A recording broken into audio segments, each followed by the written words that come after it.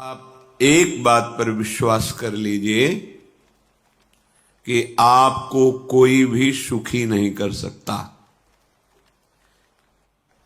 यदि आपको कोई सुखी कर सकता है तो आप हैं।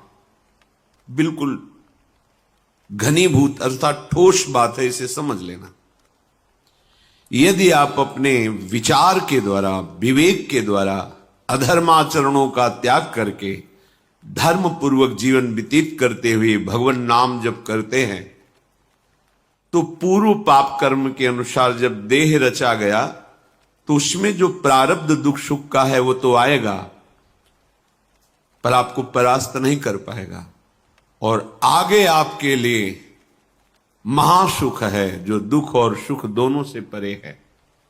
अखंड प्रसन्नता, अखंड आनंद, वो केवल आपके करने से होगा। उपदेश मिल सकते हैं, मार्ग बताया जा सकता है, आपको सहयोग मिल सकता है, पर चलना आपको होगा। यदि आप नहीं चले तो ये कहीं भ्रम हो कि मैं कहीं जाऊं और मेरी दुख निवृत्ति हो जाए, तो इस भ्रम को छोड़ देना आप। क्योंकि हम आप तो बहुत छोटे जीव हैं, अर्थात बहुत लघु तपस्या, लघु पुण्य वाले हैं। हम उन महापुरुषों की बात करते हैं जिन्होंने आजीवन ऐसा तप संचय किया, फिर भी उनके शरीर में भारी से भारी दुख देखे गए। ये दुख और सुख एक भ्रमात्मक इंद्रजाल है माया का, ना दुख है न सुख है। जैसे जो सपने सिर काटे कोई, बिन जागे दुख दूर न होई। ऐसे स्वप्न में तुम चक्रवर्ती सम्राट बन जाओ तो जगने पर तुम थोड़ी रहोगे, तुम जो हो वही होगे। हम भगवान के चिदानंद अंश हैं। ये भूलकर हम अपने को स्त्री पुरुष, अच्छा बुरा, धनी निर्धन, दुखी सुखी आदि आदि बहुत सा प्रपंच है, इसे हम अपने दिमाग में बैठा लिया है। जब तक आप ये प्रपंच नहीं छोड़ोगे तब तक आपको सुखी कोई कर ही नहीं सकता। क्योंकि दुखालयम नाशवान संसार का तो तुमने अस्तित्व रखा है। अगर ये किसी के दूर करने से होता तो स्वयं जगत गुरु परब्रह्म परमात्म तत्व भगवान श्री कृष्ण सामने हैं और अर्जुन को कह रहे हैं, मात्रा स्पर्शास्तु कौन्तेय शीतोष्ण सुख दुखदा आगमा पायनो अनित्यास्तास्तितिक्षस्व भारत। हे भारत, हे अर्जुन, ये आने जाने वाले अनुकूलता प्रतिकूलता, गर्मी शीतलता, अर्थात काम क्रोध लोभ मोह मद मत्सर अपमान निंदा, ये सब ताप पहुंचाते हैं। अनुकूलता सम्मान यश कीर्ति धन वैभव, मानी हुई मान्यता, ये सब शीतलता पहुंचाते हैं। ये उष्णता और शीतलता, अनुकूलता और प्रतिकूलता आने जाने वाले हैं। भगवान ये नहीं कह रहे मैं मिटा दूंगा, कह रहे तास तितिक्षस्व भारत। हे अर्जुन, ये तुम्हें सहना होगा। यदि तुम इसे सह गए तो तुम्हारे हृदय में ऐसी स्थिति प्रकट हो जाएगी कि फिर ये स्पर्श भी नहीं कर पाएंगे। सहने से तुम्हारी भक्ति बढ़ेगी, तुम्हारा चिंतन बढ़ेगा, तुम्हारा स्मरण बढ़ेगा। सत्य वस्तु के लिए, सत्य तत्व के लिए तुम सुखी हो जाओगे। बिल्कुल खुली बात। आडंबर नाटक पाखंड इसकी जरूरत नहीं है। प्राकृतिक भोगों में सुख बुद्धि, देहाभिमान, विद्यारूप महत्व कुल धन यौवन अभिमान, यही तुम्हारे दुख का मूल है और ये कोई दूसरा नहीं हटा सकता। ये तुम्हें अपने विवेक सत्संग से प्राप्त हुए विवेक के द्वारा, शास्त्र स्वाध्याय से प्राप्त हुए विवेक के द्वारा इसे तुम्हें त्यागना है। दुख तुम पकड़े हो तो छुड़ा कौन सकता है? छुड़ाना तो आपको ही पड़ेगा।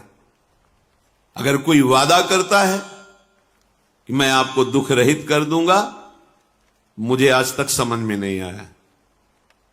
दुख रहित होने का जो उपाय है वो गुरुजन, महापुरुष, संत जन बताते हैं कि जब चारों ओर अंधेरा छा रहा हो, कोई अपना न दिखाई दे रहा हो, केवल दुख ही दुख, अशांति ही अशांति, उस समय आप देखिएगा कोई एक है जो आपको बहुत प्यार कर रहा है।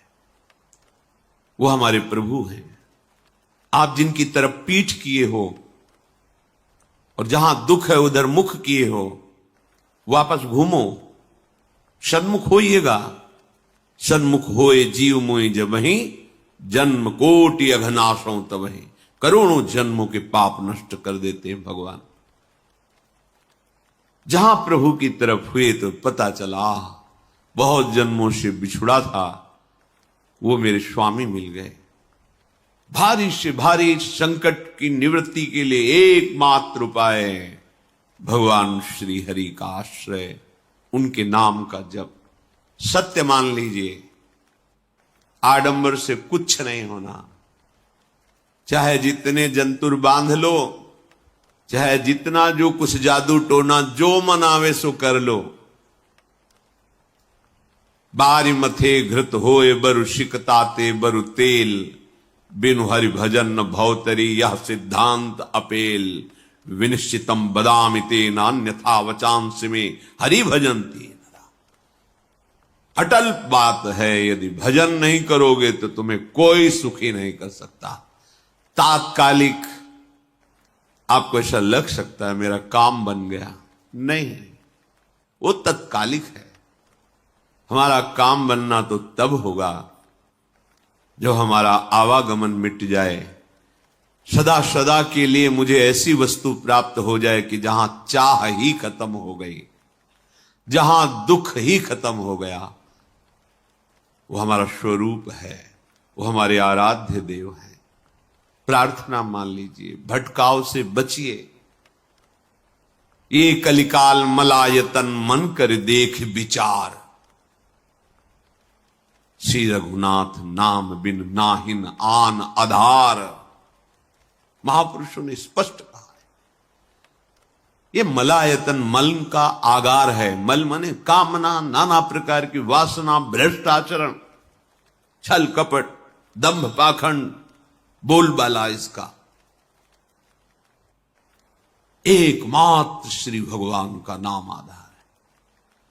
जो चाहत है नित्य सुख अर मन को विश्राम, तो हित ध्रुव हित सो भजत रो पल पल श्यामा श्याम श्यामा श्याम श्यामा श्याम।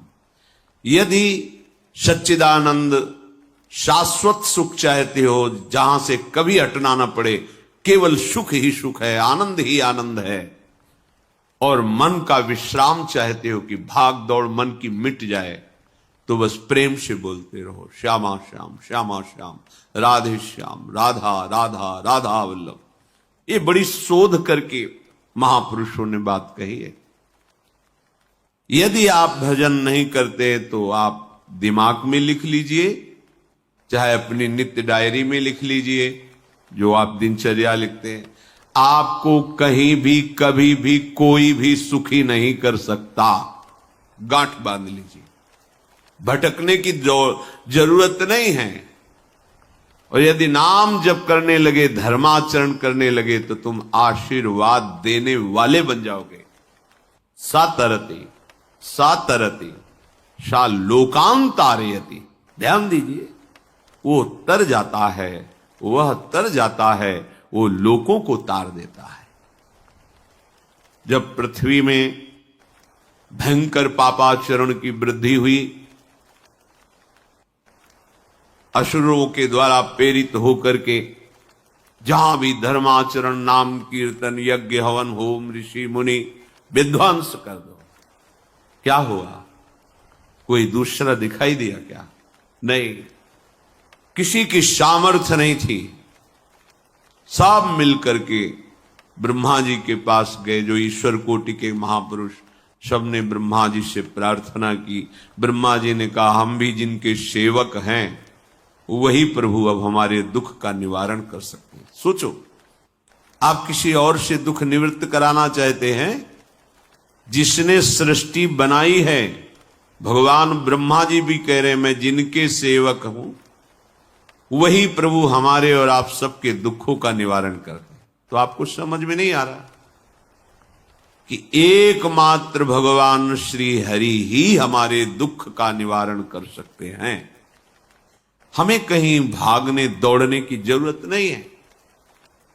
साधु समागम इसलिए किया जाता है कि हृदय पवित्र हो जाए, पवित्र हृदय की पहचान बुद्धि में विवेक का प्रादुर्भाव हो जाए, और विवेक से मोह का नाश करके हम निरंतर प्रभु के प्रेम में डूबे, भजन में डूबे।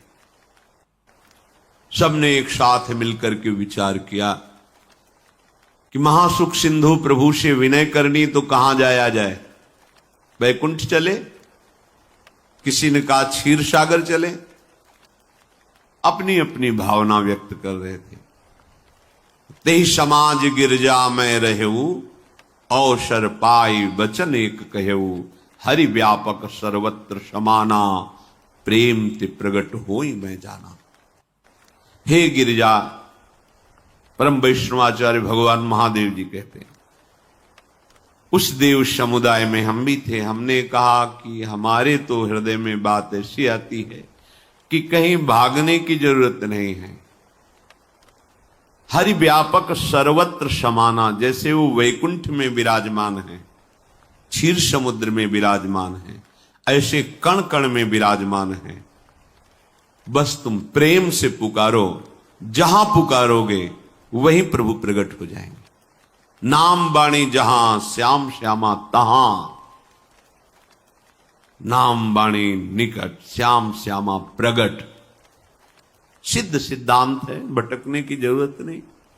जहां हो वहीं से प्रिया प्रीतम का नाम पुकारो, नाम कीर्तन करो, उनकी लीलाओं का गायन करो, सबको सुख देने की भावना करो। देखो तुम्हारी दृष्टि बदलती चली जाएगी, भगवत साक्षात्कार करने की योग्यता आने लगेगी। ऐसा ही हुआ। सबने मिलकर के श्री भगवान को विनय पूर्वक आर्त भाव से पुकारा। आकाशवाणी हुई, निर्भय हो जाओ, निश्चिंत हो जाओ, मैं स्वयं अपने अंशों के सहित अवतार लेकर इस भूमि का भार हरण करूंगा। तुम सब बड़े बड़े जो देवता हो, जाओ हमारी लीला में सुख लेने के लिए सब ऋक्ष वानर आदि का रूप धारण करो।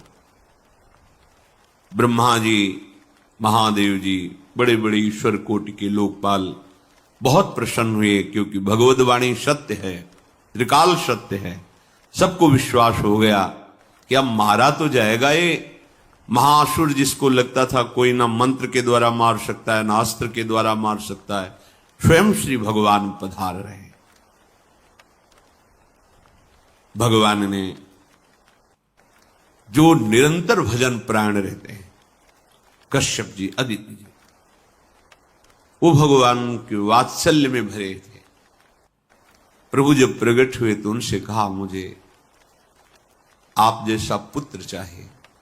प्रभु ने कहा कि मेरे जैसा तो मैं ही हूं, अद्वितीय हूं, दूसरा कोई है नहीं, मैं ही अवतरित होऊंगा। भजन में देखो कितनी सामर्थ्य है। जगत पिता को पुत्र रूप में प्राप्त कर रहे हैं। वही चक्रवर्ती सम्राट अवधपुरी के नरेश महाराज दशरथ जी के रूप में, जिनके महामहिम अद्भुत सौभाग्य प्राप्त करने वाली तीन ये रानियां, श्री कौशल्या जी, श्री कैकेयी जी, श्री सुमित्रा जी।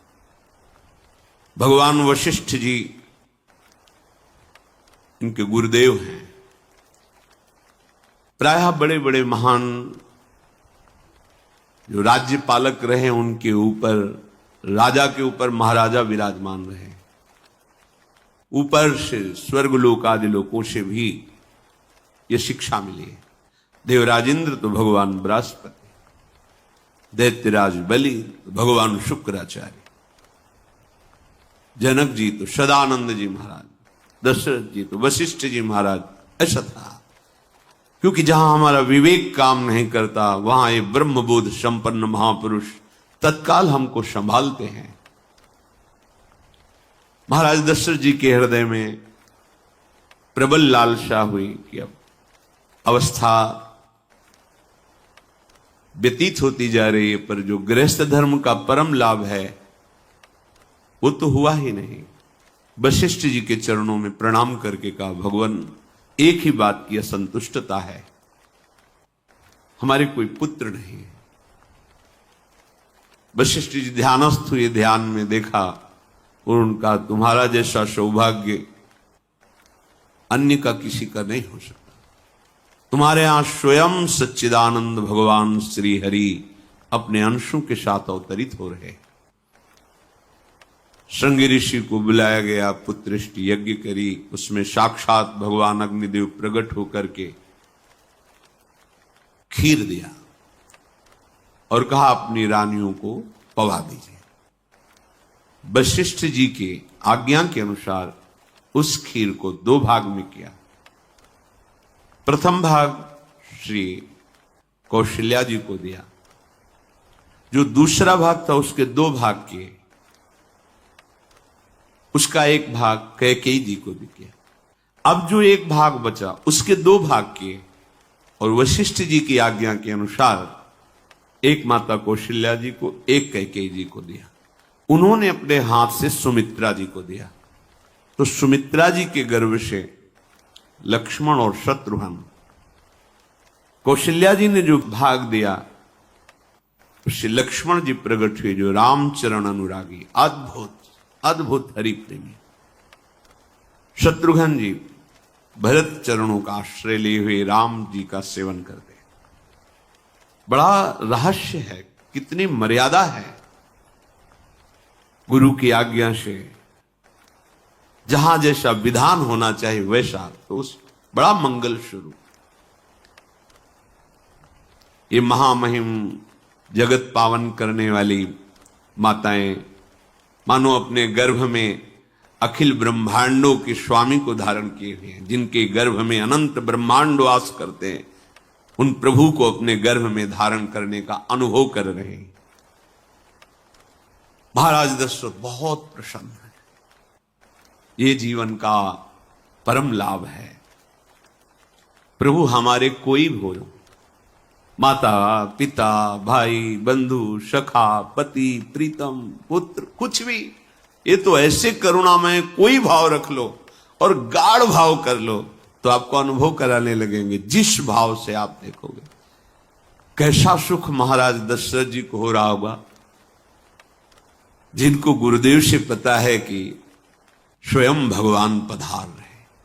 प्रतिपल इनके दर्शन करके कौशल्या जी, कैकेयी जी, सुमित्रा जी के प्रेम पुलकित रहते हैं। दशरथ जी अहो भाग्य, साक्षात भगवान पधार रहे। समय व्यतीत हुआ, जोग लगन गृह बार तिथि सकल भये अनुकूल, चर अरु अचर हर्ष जुत राम जन्म सुख मूल। ठीक योग लगन ग्रह वार तिथि सब अनुकूल हो गई। कब? जिसके हृदय में प्रभु का प्रकाश हो जाता है। जो प्रभु के भजन में रहता है तो योग लगन ग्रह वार तिथि नक्षत्र सब अनुकूल हो जाते हैं। जो पे कृष्ण चरण मन अर्पित तो करी है का नवग्रह रंग। सब ग्रह नक्षत्र वार तिथि ये जितने भी विघ्न कारक या शुभ कारक है, ये सब शासन में रहते हैं जिसके हृदय में भगवान नाम चल। जिते विनायक शुभ अशुभ ये विघ्न करे नहीं कोई, क्योंकि भगवान का नाम चल रहा है, हृदय में भगवान प्रकाशित हो गए हैं, परमानंद अनुभव होता है। ऐसे भगवान जगत में प्रकट हो रहे हैं। ये तो कभी कभी अवतार होता है, पर ये अवतार होता ही रहता है। भगत के हृदय रूपी महल में अवतार होता रहता है। जो निरंतर भगवत चिंतन परायण अपने अहम को भगवान के चरणों में समर्पित किया तो भय प्रकट कृपाला, यही हृदय में प्रकाशित हो जाते हैं। हृदय में ही दिव्य वृंदावन प्रिया प्रीतम दिव्य लीला। चैत्र का महीना, नवमी तिथि, शुक्ल पक्ष, अभिजीत मुहूर्त, ठीक दोपहर का समय 12 बजे सब लोगों को परमानंद प्रदान करने वाले प्रभु पधारे। शीतल मंद सुगंधित वायु बह रही है, देवताओं की दुंदुभियां बज रही, पुष्पों की वर्षा हो रही, बड़े बड़े ऋषि मुनि नृत्य कर उठे। जैसे साधना को फल मिलता है हृदय आनंद में, आज समस्त साधनाओं के फल स्वयं मंगल मूर्ति प्रभु पधार रहे। सब महात्माओं का, संतों का हृदय अलौकिक आनंद से भरा हुआ है। पृथ्वी जितनी दिव्यता है सब प्रकाशित कर दी। रस भरे फल, औषधियां, दिव्य मणियां, रत्न जो छुपाए हुए अपने गर्भ में थी, प्रभु आ रहे, सब प्रकाशित कर दी। जलधाराएं जो सूखी हुई थी वो भी। जब ब्रह्मा जी ने देखा कि जो भगवान ने आकाशवाणी में कहा था वो सब सत्य हो रहा है, आकाश में ब्रह्मा जी समस्त देवतागण विराजमान होकर के अंजलियों में दिव्य पुष्प लेकर के वर्षा कर रहे हैं। सुंदर सुंदर अलग अलग वाद्य बज रहे हैं। ऋषि मुनि देवता सब स्तुति कर रहे हैं। प्रणाम मुद्रा में सब खड़े हैं, क्योंकि समस्त लोकों का पालन करने वाले भगवान श्री हरि महाराज चक्रवर्ती सम्राट दशरथ जी के भवन में प्रकट हो रहे हैं। तो आकाश में सब ईश्वर कोटि के महापुरुष पुष्पांजलि अर्पित कर रहे हैं। उसी समय भगवान का प्रादुर्भाव होता है। भगवान कभी गर्भ से नहीं प्रकट होते, लीला होती है, ऐसा अनुभव होता है गर्भ है, पर पहले भगवान भगवान के रूप में प्रकट होते हैं, फिर वो बालक बन जाते हैं। कभी ऐसा कहीं नहीं मिला, अनुभव होता है ऐसा, समय से गर्भ रहा, समय से गर्भ बढ़ा, ऐसा अनुभव होता है, पर भगवान प्रकट होते हैं। इसीलिए भय प्रगट कृपाला दीन दयाला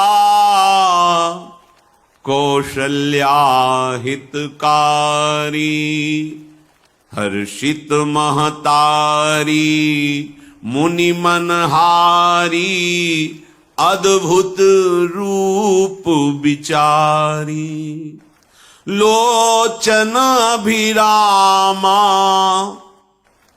तनु घन श्यामा निज आयुध भुज चारी भूषण बनमाला नयन विशाला शोभा सिंधु खरारी कह दुई कर जोरी अस्तुति तोरी केहि विधि करो अनंता माया गुण ज्ञाना तीत अमाना वेद पुराण भनंता करुणा सुख सागर सब गुण आगर जेहि गावहि श्रुति संता सो मम हित लागी जन अनुरागी भयउ प्रगट श्रीकंता ब्रह्मांड निकाया निर्मित माया रोम रोम प्रतिवेद कहे, मम उर्षो बाशी यह उपहासी, सुनत धीर मति थिर न रहे, उपजा जब ज्ञाना प्रभु मुस्काना, चरित बहुत विधि कीनी चहे, कही कथा सुहाई मातु बुझाई, जेहि प्रकार सुत प्रेम लहे। दीनों पर दया करने वाले, बात समझिए। बहुत तपस्या है, बहुत गुण है, बहुत बड़े साधक हो, बहुत बात अभी नहीं बनी। दीनों पर दया करो। अगर हमारा भजन साधन बन रहा है, हमें भगवत चर्चा कथन श्रवण का सौभाग्य, धाम नाम रूप लीला, ये मेरे प्रभु की हेतु की कृपा है।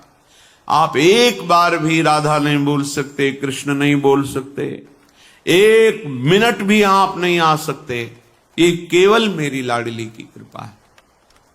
हृदय में किंचन मात्र गर्व नहीं, अभिमान नहीं, वो हमारे भगवान को बहुत प्यारा होता है, प्रियालाल को बहुत लाडला होता है। हमें प्रभु के अगर चरणारविंद के अनुराग में डूबना है तो विवेक से देखो है क्या पास हमारे। अगर कुछ भी दिया हुआ है भौतिक आध्यात्मिक, वो सब मेरे प्रभु का दिया हुआ है, तो गर्व किस बात का, अहंकार किस बात, तो दैन्यता आ जाएगी। अज्ञान से ये अहंकार बढ़ता है, ज्ञान से इसका समन हो जाता है। चाहे भौतिक हो चाहे आध्यात्मिक हो, मेरे को सब कुछ मेरे प्रभु ने तो दिया है। ध्यान देकर देखो तुम्हारी उपज क्या है, तुम भी तो उन्हीं के अंश हो।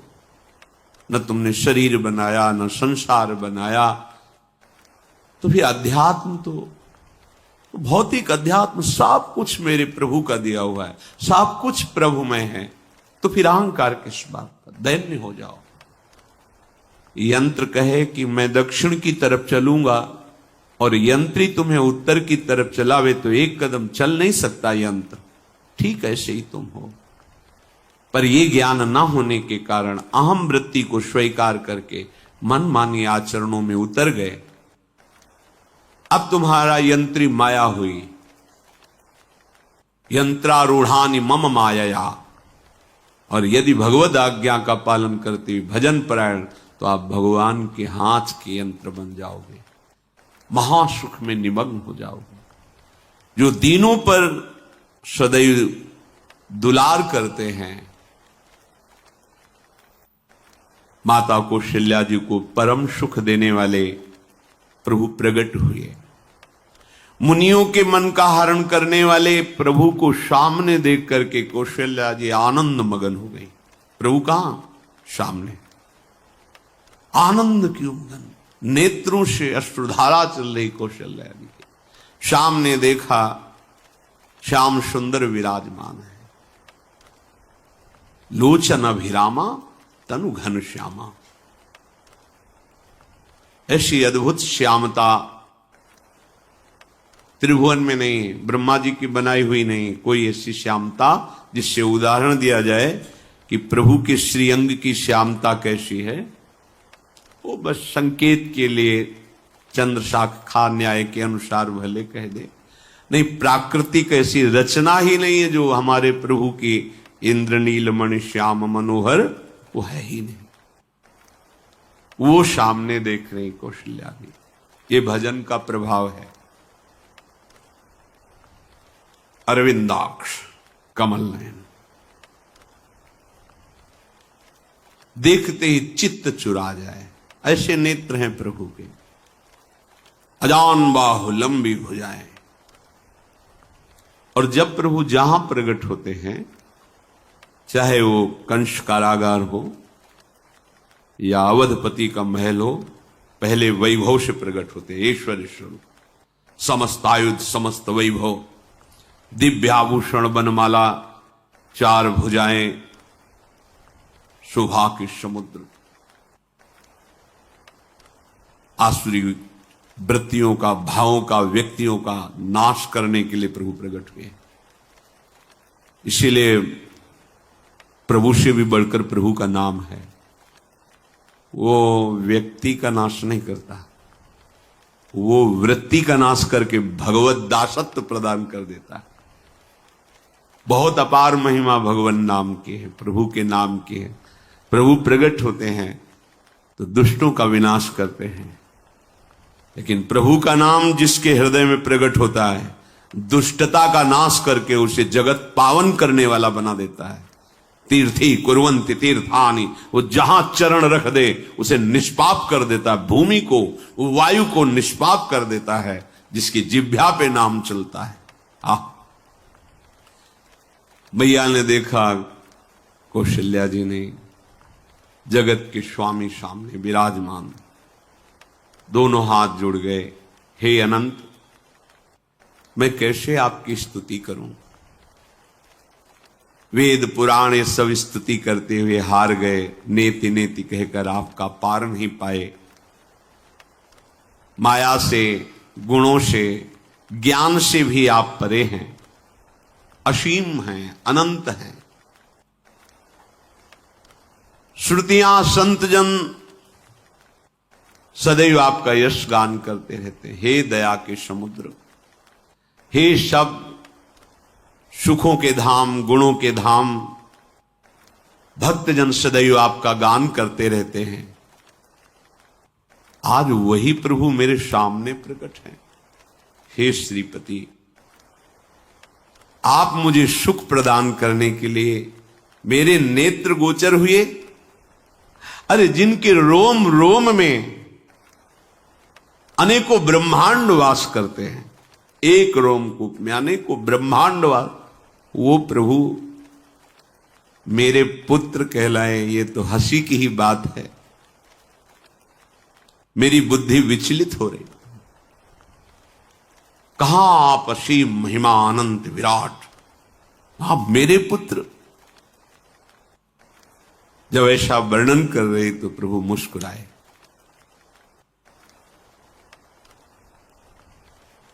बहुत प्रकार से मैं आपको सुख देना चाहता हूं, इसलिए पहले मैं इस रूप में आया हूं कि आपने जो भजन करके मांगा था कि मेरे जैसा पुत्र हो, तो देखो मैं ही स्वयं, मेरे जैसा और कोई है ही नहीं, मैं ही स्वयं आया हूं। तुम्हें याद है? याद, स्मृति आई। हां, फिर प्रभु अब इस रूप में नहीं।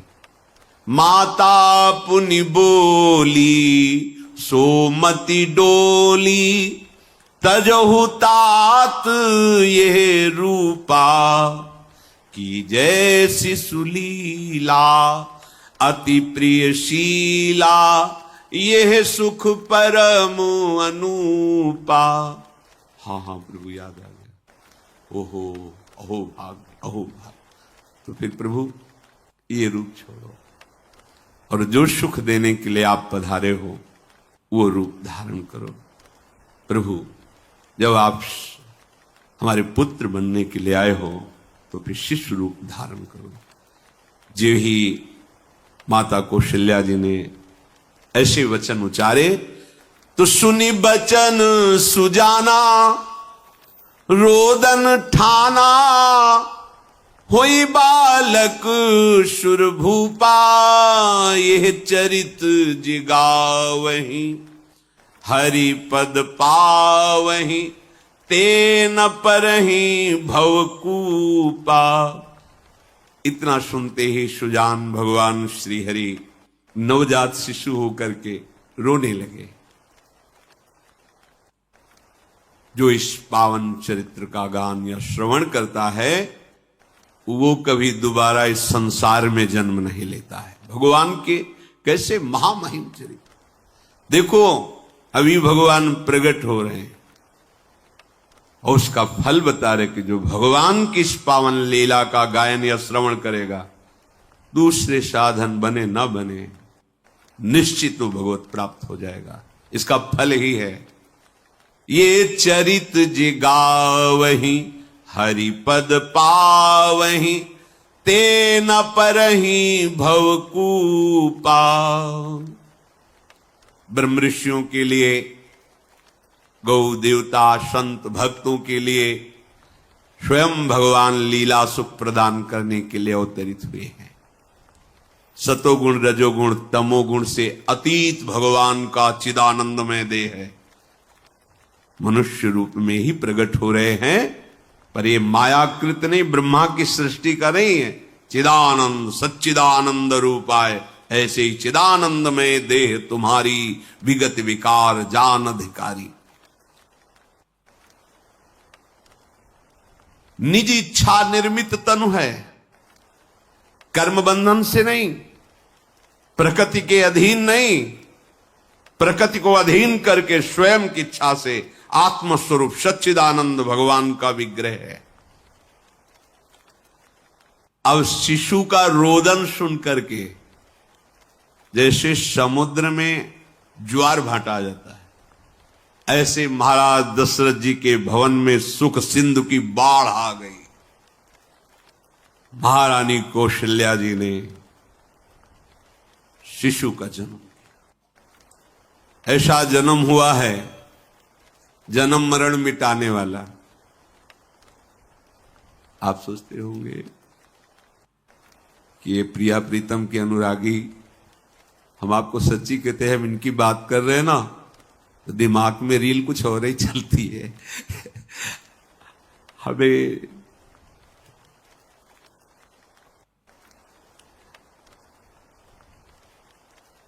आनंद की उमगन मेरे प्रभु है।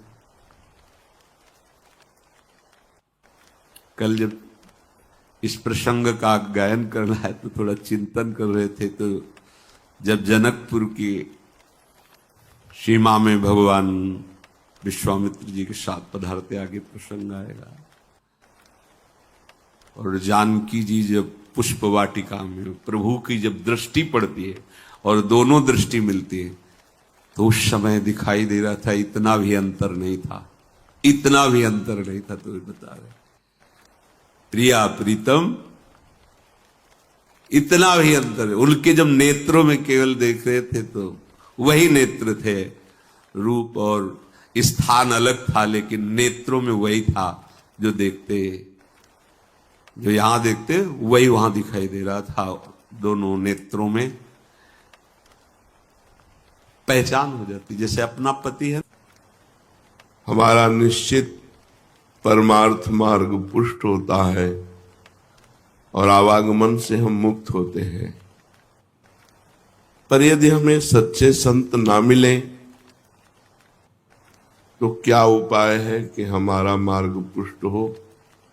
तो कह रहे भक्त नामावली, संतों की नामावली का गायन करें। जैसे अपने यहाँ नामावली का गायन होता है, इससे संतों की कृपा प्राप्त होती है।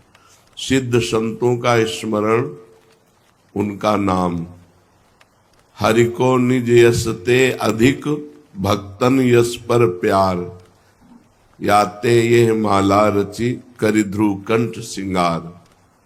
भक्तन की नामावली जो करी है चितलाए, ताके भक्ति बढ़े घनी अरु हरि होए सहाय।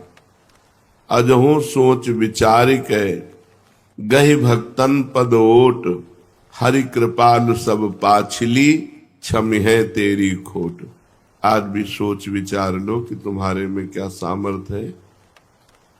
यदि भक्तों का चरण आश्रय ले लिया तो भगवान तुम्हारी सारी गलतियां माफ कर देंगे और आपकी भक्ति घनीभूत हो जाएगी। काम क्रोध आदि का प्रवेश नहीं होगा भक्ति में, यदि रोज भक्त नामावली का गायन स्मरण पूर्वक किया जाए। मन कहीं और ऐसे गा नहीं, ध्यान पूर्वक एक एक भक्त का स्मरण करते हुए यदि भक्त नामावली का गान हो तो सच्चे संतों के मिलन जैसा ही कार्य वो कर देंगे। आजकल लोग प्रायः संत महात्माओं की निंदा करते हैं। इसका कारण क्या है? जो विषयासक्त हैं जो कामनाग्रस्त हैं, जो अज्ञान विमोहित हैं, वो अपनी मंद बुद्धि की कसौटी पर संतों को कसा करते हैं।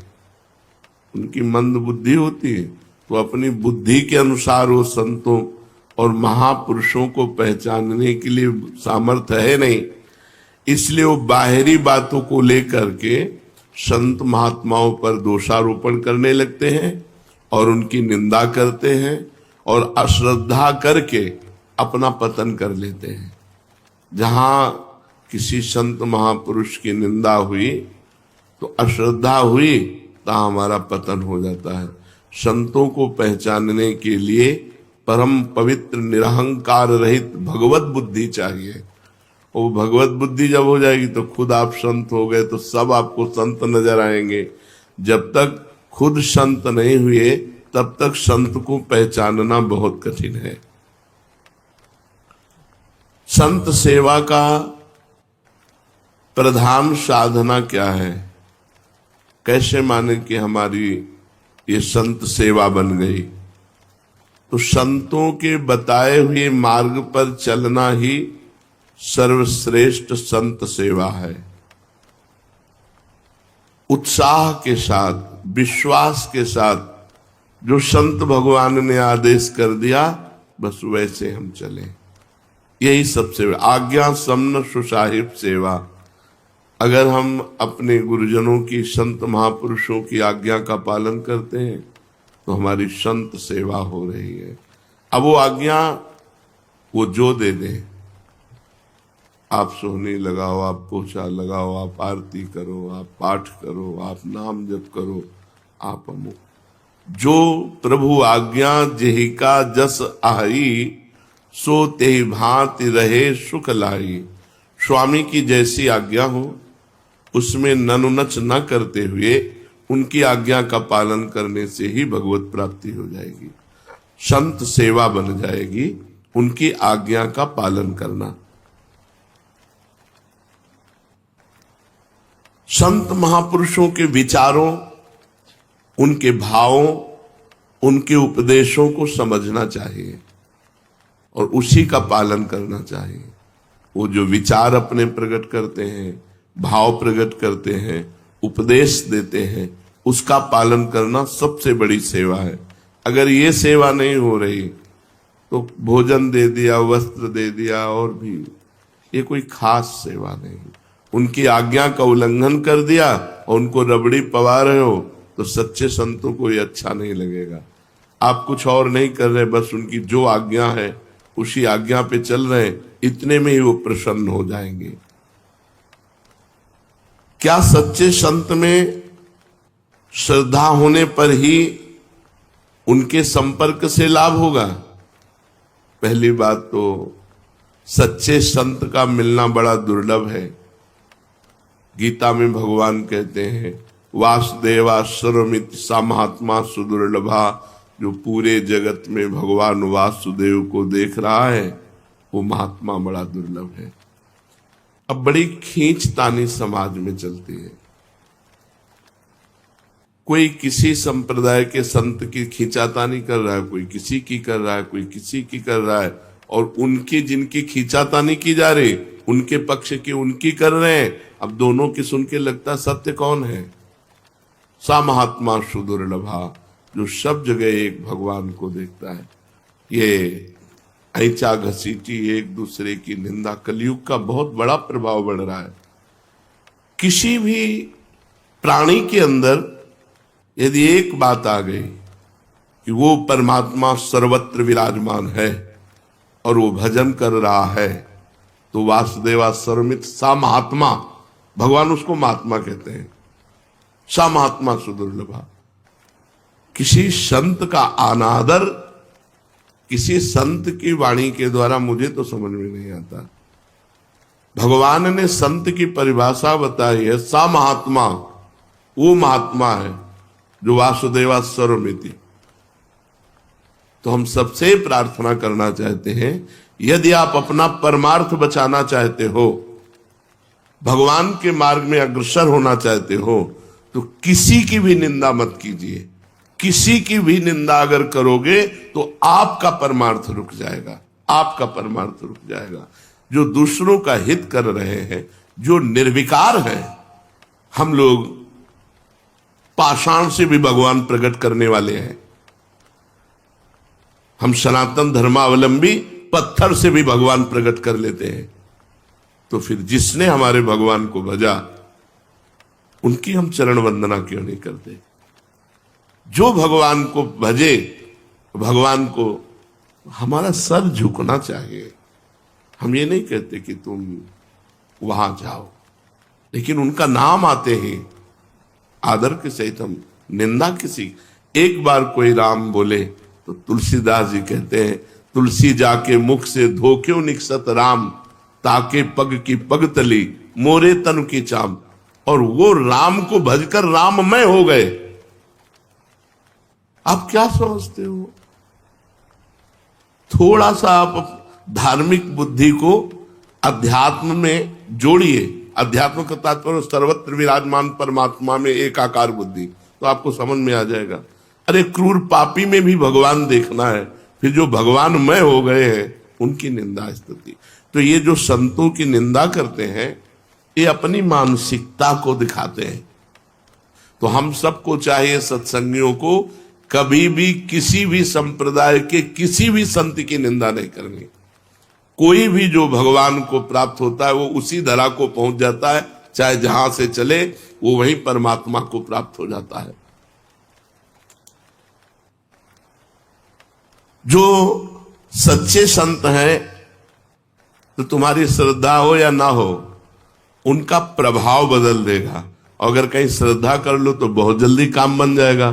पर श्रद्धा ना करने से, जैसे आप सोए हुए हो, सूर्य उदय हो गया है पर आपको भान नहीं है, पर जब आंख खुलेगी तब आपको सूर्य का प्रकाश दिखाई देगा। ऐसे सच्चा संत मिल गया है पर आपका परिवर्तन नहीं होगा। परिवर्तन तब होगा जब श्रद्धा की आंख खुलेगी, तब आपको प्रकाश दिखाई देगा। अगर हम श्रद्धा पूर्वक किसी संत का सेवन करें तो बहुत जल्दी परिवर्तन हो जाएगा। और अगर अश्रद्धा से भी सेवन करें तो श्रद्धा आ जाएगी, धीरे धीरे श्रद्धा आ जाएगी। पर किसी संत की बाहरी परिवेश से हम किसी संत की आंतरिक स्थिति को नहीं जान सकते। बाहरी परिवेश उनका संसारिक हो सकता है, लेकिन अंतर में उनकी बहुत ऊंची स्थिति हो सकती है। अंतर की स्थिति को कोई अंतर वाला ही जान सकता है। संतों को एकांत में रहकर मौन साधना करना ठीक है या लोक कल्याण के कार्य करना ठीक है? एक महात्मा परम सिद्ध शक्ति संपन्न एकांत में रहता है, लेकिन वहीं से जगत का मंगल करता है। सर्वे भवन्तु सुखिनः, सर्वे सन्तु निरामयाः, सर्वे भद्राणि पश्यन्तु मा कश्चित् दुःखभाग् भवेत्। उसके इतनी जोर की ऊर्जा शक्ति होती, पूरे संसार के कल्याण करने के लिए उनके शरीर से परमाणु निकलकर जगत मंगल करते रहते हैं। अगर ऐसे संत ना होते ना, तो जितना पापाचरण हो रहा है ना, तो भस्म हो जाए। ऐसी ऐसी मिसाइलें बनी है कि प्रांत का प्रांत आग लग जाए, नष्ट हो जाए। 2500 किलोमीटर दूर तक मार करने वाली, अब जरा सा बुद्धि खराब हो जाए तो प्रांत का प्रांत नष्ट हो जाए। और होंगे, अभी भजन हो रहा है, अभी भगवत शांति का प्रचार प्रकाश संतों से हो रहा है। कुछ प्रचार कर रहे हैं, कुछ प्रकाश कर रहे हैं। एकांत में जो बैठकर तो उनका प्रकाश होता है, उनके परमाणु जाते हैं और हर जीव के पापों का नाश करते हैं। एक है कि जो एकांत में बैठ करके खूब भजन करते हुए शक्ति संपन्न होकर जगत का मंगल करते हैं, और एक है जो भजन करते हुए दूसरों को उपदेश देते हुए दूसरों का मंगल कल्याण करते हैं। अगर दोनों को तौला जाए तो पहले वाला श्रेष्ठ निकलेगा। अगर दोनों का तौला जाए कि कल्याण दोनों में से किसके ज्यादा होंगे, तो उसके ज्यादा होंगे जो एकांत में बैठकर भजन कर रहा, मौन, कभी बोला नहीं, पर उसमें जो भजन के परमाणु है वो जीवों का परम मंगल कर देंगे। जीवन मुक्त पुरुष महापुरुषों के द्वारा जो कर्म होते हैं, क्या वो पाप पुण्य जैसे होते हैं? जैसे एक संसारी आदमी काम करता है, अच्छा तो पुण्य हो गया, बुरा तो पाप हो गया। तो जीवन मुक्त पुरुषों के द्वारा जो कार्य संपादन होता है, तो क्या वो शुभ अशुभ की तरह होता है, पाप पुण्य की तरह होता है? तो कह रहे महापुरुषों के द्वारा जो क्रिया होती है उसे कर्म संज्ञा दी ही नहीं जाती, उसे लीला कही जाती है। लीला है, वो गंगा स्नान कर रहे हैं तो उनकी लीला है, और नाली में स्नान कर रहे हैं तो उनकी लीला है, उसको कर्म संज्ञा नहीं दी जाती। जहां कर्ता ही नहीं बचा, अहंकार ही नष्ट हो गया, तो अब वो पूरे विश्व को भंडारा करा रहे तो कोई पुण्य नहीं, और उसके द्वारा कुछ लीलाएं हो रही तो कोई पाप नहीं। वो पाप और पुण्य दोनों से बड़े। अब अच्छा हो रहा है तो उसकी प्रशंसा करेंगे संसारिक, और अगर उनकी बुद्धि के खिलाफ हो रहा है तो उनकी अवहेलना करेंगे। जो सिद्ध संत होते हैं, देखो इसी में परीक्षित जी को संशय हो गया था कि धर्म के लिए भगवान ने अवतार लिया।